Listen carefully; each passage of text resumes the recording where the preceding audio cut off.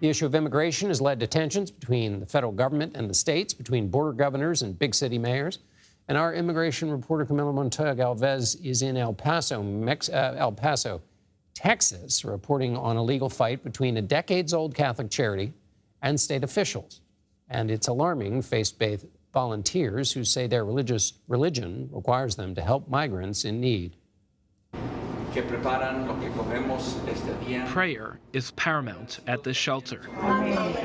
Before enjoying hearty meals cooked by American volunteers, migrants pray for those still trying to reach the U.S. Buenas tardes. Ruben Garcia founded the Annunciation House Shelter Network. This is Christian, it is Jewish, it is Muslim. Constitutive to each of those faith traditions is I was a stranger and you welcomed me. The Annunciation House here in El Paso has been sheltering and feeding migrants since 1978. For many, this is the first stop to get dry clothing, food, and a warm place to sleep. But it is now at risk of being shut down by the state of Texas. Earlier this year, Texas Attorney General Ken Paxton asked the court to close Annunciation House, calling the Catholic charity a stash house. But a judge rejected that request, denouncing Texas's actions as harassment. Republican Governor Greg Abbott and the Attorney General have been battling the Biden administration over how to handle the influx of migrants at the border. The state of Texas has no reason to want to come after an NGO whose entire history has been dedicated to human rights. I think it's happening because of the politics. The Attorney General's office, which did not respond to a series of questions, is appealing the order against its bid to shut down Annunciation House, a prospect that could leave migrants like Wilson Juarez Hernandez in limbo. The 22-year-old has been living here since surviving a fire inside a Mexican immigration detention center that killed 40 migrants last year. You lost many friends that day in the fire. The smoke Wilson inhaled disabled him. For some time, he could not eat, bathe, or dress himself. He's now learning to do all of that again and learning English. What is your favorite word in English? Hey, happy. Happy. Feliz. Happy is your favorite word. With no family in the U.S., Annunciation House is where Wilson feels happy. Camilo Montoya-Galvez, CBS News, El Paso.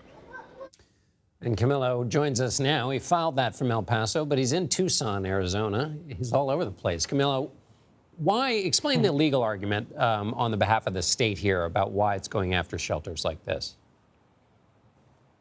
Hi, John. Texas's main legal premise is that shelters like the Annunciation House in El Paso are facilitating illegal immigration by feeding and sheltering migrants. The state is accusing the Annunciation House of violating state laws by arguing that it is operating as a stash house for migrants and that it is also harboring people who enter the country illegally, John, and who evaded apprehension by federal immigration officials. These are the so-called gotaways. And the state is not filing criminal charges yet, but it is taking civil action, John, to try to shut down the Annunciation House.